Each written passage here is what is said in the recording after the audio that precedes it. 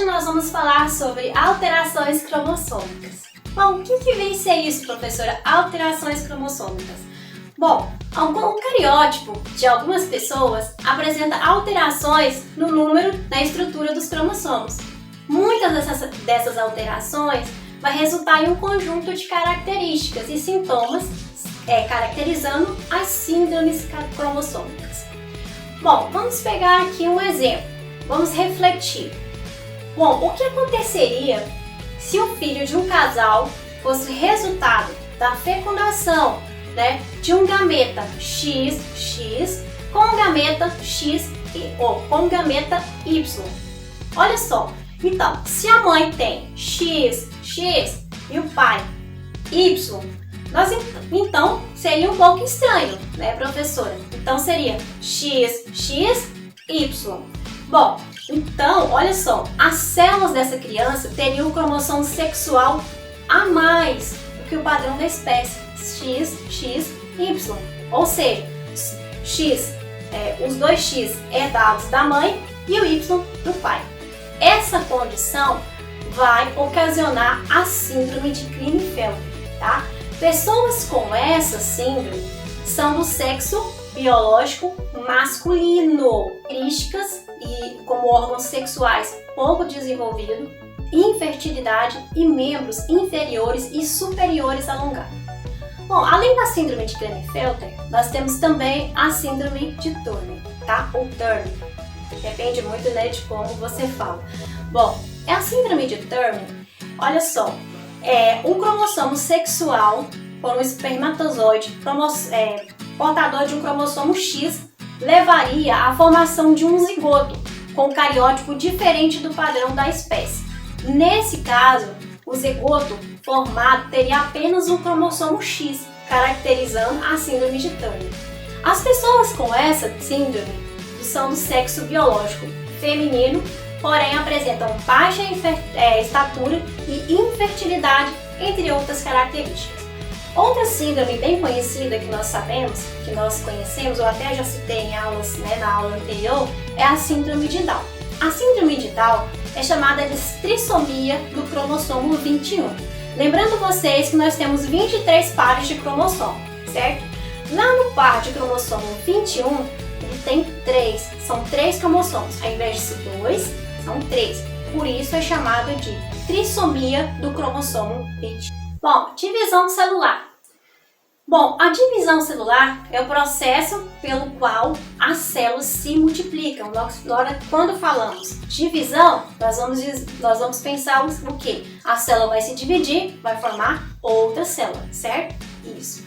Bom, o ciclo das células, da maioria da vida das células, é composta, ela realiza várias e várias atividades, como a produção de substância, crescimento, entre outras. Bom, e o período que ela vai se dividir, originando outras células, é chamado de divisão celular. Nós temos 2 tipos básicos de divisão celular, a mitose e a meiose. A mitose é um processo em que a célula mãe origina 2 células filhas idênticas a ela, tá? Com o mesmo número de cromossomo. Eu tenho lá uma célula mãe com 46 cromossomos, certo? A célula vai originar 2 células filhas idênticas com 46 cromossomos, ok? Bom, nos seres pluricelulares, a mitose vai possibilitar o crescimento do organismo, a reposição das células que se desgastam e morrem. Em vários seres unicelulares, a mitose é um meio de reprodução. A meiose. A meiose é um tipo de divisão celular que origina 4 células filhas com metade do número de cromossomos da célula mãe. Bom, os cromossomos também são duplicados no início da meiose, porém ocorrem 2 divisões celulares, resultando 4 células e na redução da quantidade de cromossomos. Nos animais, incluindo os seres humanos, a meiose ocorre em células germinativas localizadas nas gônadas. Onde são gônadas, professora? O que é isso? Bom, as gônadas masculinas é o testículo e a feminina, os ovários, certo?